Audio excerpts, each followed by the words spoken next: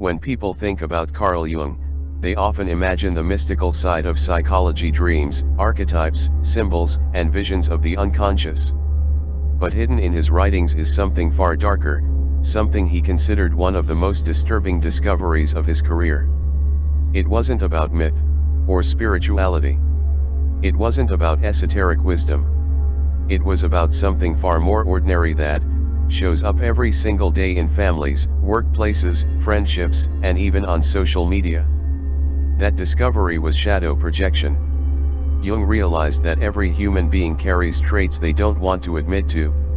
Perhaps you see yourself as kind and gentle, so you deny any aggression inside you.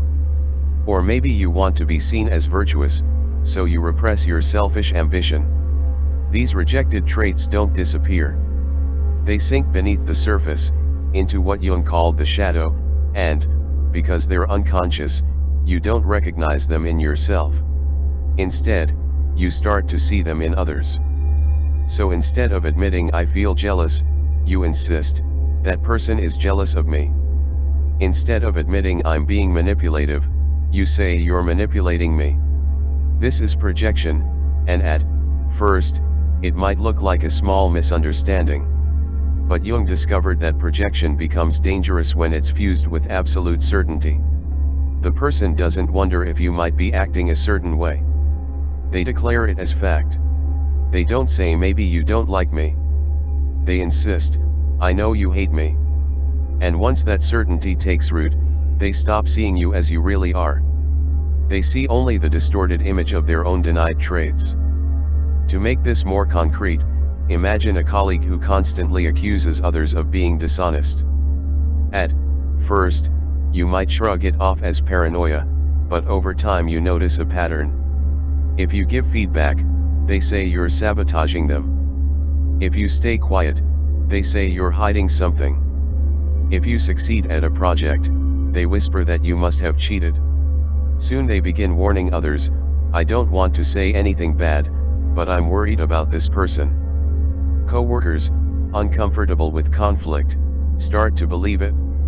Suspicion spreads, and suddenly you're treated as if you're untrustworthy, even though you've done nothing wrong. This is projection gaining momentum, and Jung called it collective possession. One person's shadow can infect an entire group, shaping how everyone sees reality. If you've ever been scapegoated, if you've ever felt like people were reacting to a version of you that doesn't actually exist, you've experienced this process firsthand. What makes projection so chilling is that it escalates in a predictable pattern. It often begins with a subtle misunderstanding. Someone says, "I'm not sure you really like me." Soon that suspicion hardens into conviction, "I know you're against me." Then comes distortion. Everything you do is reinterpreted as evidence. If you defend yourself, you're defensive. If you stay silent, you're guilty. Then comes social recruitment. They start pulling others into the story, usually in the language of concern, saying things like, "I don't want to speak badly, but I'm really worried about this person." Eventually it grows into collective possession, where multiple people begin seeing you through the same distorted lens.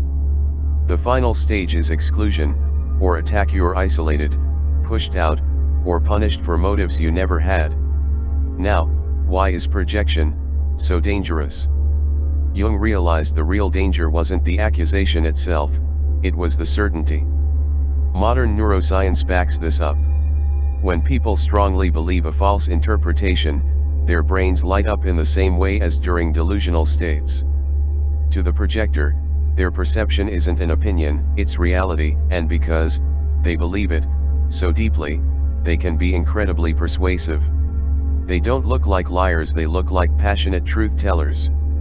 Outsiders, hearing their certainty, begin to suspect you, while your protests make you look even more defensive.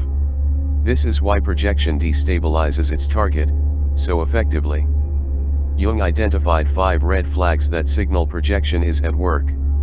The first is absolute certainty. Instead of suggesting, the person declares. The second is immunity to evidence. No explanation or proof will shift their view. The third is disproportionate emotion, their intensity doesn't match the situation. The fourth is perpetual victimhood, they always frame themselves as the wronged party, surrounded by cruel or manipulative people. And the fifth is recruitment, they involve others, often under the guise of care. When you see these 5 signs together, you know you're not in a normal conflict, you're trapped in someone else's unconscious drama. If you've ever been on the receiving end, you know how destabilizing it feels when someone insists you're scheming or dishonest, and they do it with unshakable conviction. You start to question yourself. You wonder, am I missing something? Could I really be like that? This is the cruelest part, projection makes you doubt your own reality. It's like gaslighting, except it isn't calculated manipulation, it's unconscious conviction. And projection isn't limited to personal relationships. You can see it everywhere today. In families, one sibling becomes the scapegoat, carrying all the traits others can't face. In workplaces, a boss obsessed with honesty accuses everyone else of lying while cutting corners themselves. In politics, leaders denounce opponents for corruption while embodying the very corruption they condemn. On social media, influencers rail against vanity, while obsessively curating their image. Projection isn't an outdated psychological concept, it's the hidden engine behind much of our cultural toxicity. There's also a cruel irony at play. Jung noticed that projection often makes people become the very thing they accuse others of. The colleague who accuses everyone of manipulation ends up manipulating. The partner who constantly warns about betrayal eventually betrays. The moral crusader who condemns dishonesty is eventually exposed as a liar. The harder we push our shadow away, the more power it has to shape our behavior. Projection doesn't just distort reality, it traps us in a feedback loop where we enact the very darkness we refuse to face. So how do you protect yourself when you're targeted? Jung offered practical advice.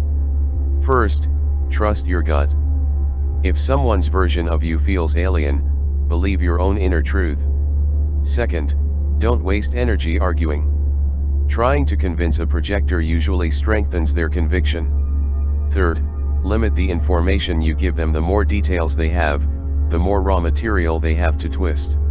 Fourth, document interactions, because projectors often rewrite history. Fifth, get perspective from people outside the projection field. Outsiders can help confirm your reality. And, finally, know when to withdraw. Sometimes the healthiest move is to step away before the projection consumes more of your life. But Jung also warned that the real work isn't just about protecting yourself from other people's projections. It's about recognizing your own, because we all project. Every time you find yourself accusing someone with intense certainty, it might be your shadow speaking. Every time you feel disproportionate anger at a trait in someone else, it might be because you haven't faced that same trait within yourself. This is the beginning of shadow integration, catching yourself in the act of projection, and asking, what part of me am I refusing to acknowledge? Jung once wrote, the most terrifying thing is to accept oneself completely. That terror is the doorway to freedom. Shadow projection was Jung's most dangerous discovery because it doesn't just damage individuals. It destroys relationships, it fractures groups, it distorts entire societies. But it is also the key to transformation. When you recognize projection for what it is, whether you're the target of it, or the source of it, you take the first step toward breaking free of unconscious cycles. You stop being someone else's scapegoat, and you stop recruiting others into your own shadow. You begin the difficult, courageous process of seeing yourself fully. And that is the path Jung believed, not just to sanity, but to wholeness. If shadow projection was Jung's most unsettling discovery, he believed it was only the beginning of something much larger, because once you start seeing how the unconscious shapes human behavior, you realize projection is just one mask among many. Jung observed that the most dangerous people he ever encountered weren't only those who projected their shadows onto others, but those who lived in deeper forms of unconsciousness: ego, inflation, persona identification, archetypal possession, and the compulsion to repeat, Each of these states in its own way, can twist ordinary individuals into forces of destruction, often without them realizing what they've become. Let's begin with ego inflation. At first glance, inflation doesn't look like a threat. In fact, it often appears noble, inspiring, even admirable. An inflated person isn't fragile, or insecure. They radiate certainty. They might believe they're a savior, a truth teller, a wise guide. People gather around them, attracted to their clarity and conviction. But Jung warned that this is precisely what makes them so dangerous. Unlike narcissists, who are easier to spot, inflated individuals often cloak themselves in spirituality, morality, or intellectual authority. They seem elevated, but in reality they've confused their small human ego with vast archetypal energies. When someone identifies with the archetype of the savior, they lose their ability to see themselves as fallible. Every criticism becomes resistance to truth itself. Every disagreement becomes evidence of your corruption. And because they genuinely believe they embody light, their shadow grows darker, more denied, and more destructive. History is littered with examples of inflated leaders, political figures who convinced nations they were chosen by destiny. Spiritual gurus who preached enlightenment while secretly exploiting followers. Revolutionaries who began with ideals of freedom, but descended into tyranny. The pattern is the same. Inflation creates a bubble of righteousness that blinds people to their own capacity for cruelty, and the bigger the bubble, the more catastrophic the eventual collapse. If ego inflation is fueled by grandiosity, persona identification is fueled by conformity. Jung called the persona the social mask, the role we play to function in society. There's nothing wrong with having a persona. We all wear one. The problem arises when someone confuses the mask with their true self. Persona-identified people appear flawless. They know how to behave in every situation, how to speak politely, how to never ruffle feathers. On the surface, they're the model of appropriateness, but underneath something dangerous is happening, because all the messy, contradictory, and unacceptable aspects of their psyche are being repressed. And the more perfect the mask, the more pressure builds in the unconscious. Jung compared this to sealing a container, and heating it without a release valve. Eventually, the pressure explodes. Persona-identified people often have sudden shocking outbursts, eruptions of anger, or cruelty that seem completely out of character. One moment they're composed, the next, they're lashing out in ways that devastate relationships. The more perfect the performance, the more violent the shadow eruption when it finally breaks through. This is why Jung warned that people who seem too perfect often conceal the greatest danger, not because they intend harm, but because their denied humanity will eventually erupt in destructive ways. But even inflation and persona aren't the final forms of unconscious danger. Jung described something far stranger, something he called archetypal possession. This is when a person is no longer just inflated, or hiding behind a mask, but when they seem to be taken over by forces larger than themselves. They stop speaking as an individual, and start channeling something transpersonal.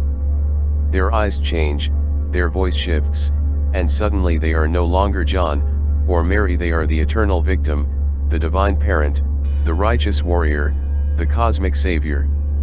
Archetypes, Jung believed, are collective energies embedded in the human psyche, and when they overwhelm the ego, the person becomes possessed.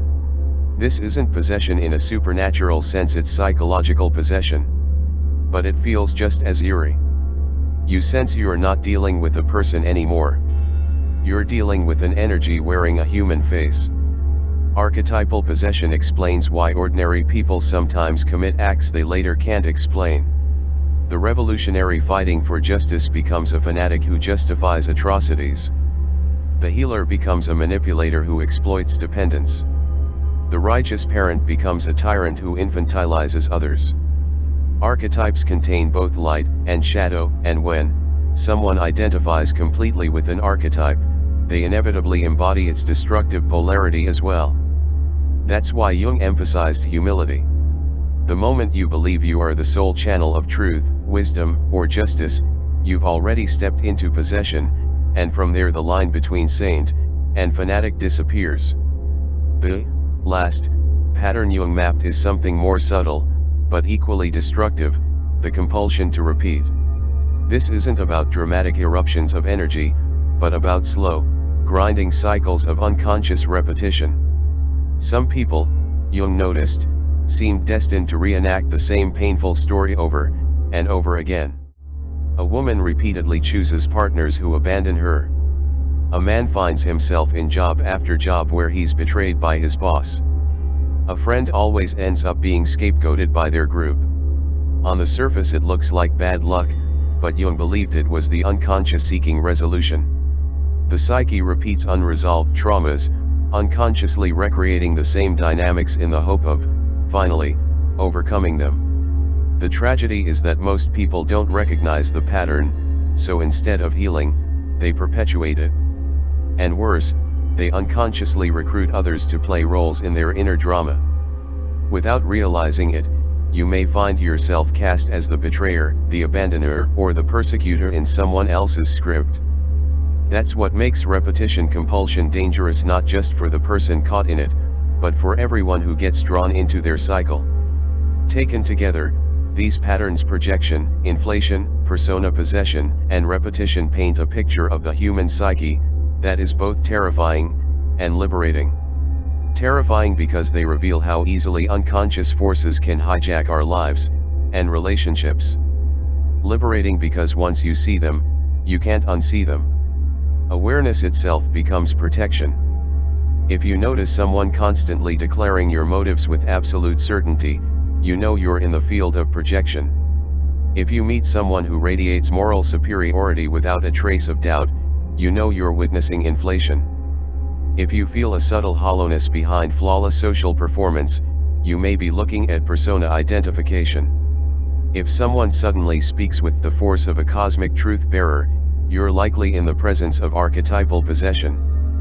And if someone always ends up in the same tragic story, no matter where they go, you're seeing the compulsion to repeat. Jung's ultimate message wasn't that we should fear these people, or condemn them, but that we must stay conscious. The most dangerous individuals are not villains twirling mustaches, they are ordinary people completely unconscious of their own darkness. And the most dangerous thing we can do is believe we're exempt, because every one of us has projected, every one of us has been inflated, every one of us has hidden behind a mask, every one of us has been swept up by archetypal energies, and every one of us has repeated painful patterns. The difference lies in awareness. The moment you recognize the pattern in yourself, its grip begins to loosen. The moment you catch yourself accusing with certainty, you can pause and ask, what part of me am I refusing to see? The moment you notice your own grandiosity, you can step back into humility. The moment you feel yourself hiding behind a flawless persona, you can risk showing your humanity. The moment you sense archetypal energy swelling inside you, you can remind yourself, I am not the archetype, I am a human channeling something greater than myself. And the moment you see repetition in your own life, you can ask what unfinished wound you are unconsciously trying to resolve. This is why Jung said, the most terrifying thing is to accept oneself completely, because to truly see yourself, the light and the shadow, the noble and the petty, the selfless and the selfish, is to remove the unconscious hooks that make you dangerous to others. To see yourself clearly is to break the spell of projection, inflation, persona possession, and repetition. It doesn't mean you'll never fall into these traps again. It means you'll notice more quickly, recover more gracefully, and do less harm along the way. And, perhaps most importantly, it means you won't unconsciously recruit others into your unfinished battles. You won't make them scapegoats for your shadow, disciples for your inflation, victims of your perfection, followers of your possession, or actors in your compulsions. You'll begin to carry your own shadow, and in doing so you'll make the world a little safer, a little saner, a little freer. Jung didn't map these dangerous signs to create paranoia. He mapped them to show us the path out of unconsciousness. Because the greatest danger isn't other people's darkness, it's the darkness we refuse to see in ourselves. And once you see it, once you hold it in awareness, you realize that even the most terrifying parts of the psyche aren't here to destroy you. They're here to push you toward wholeness.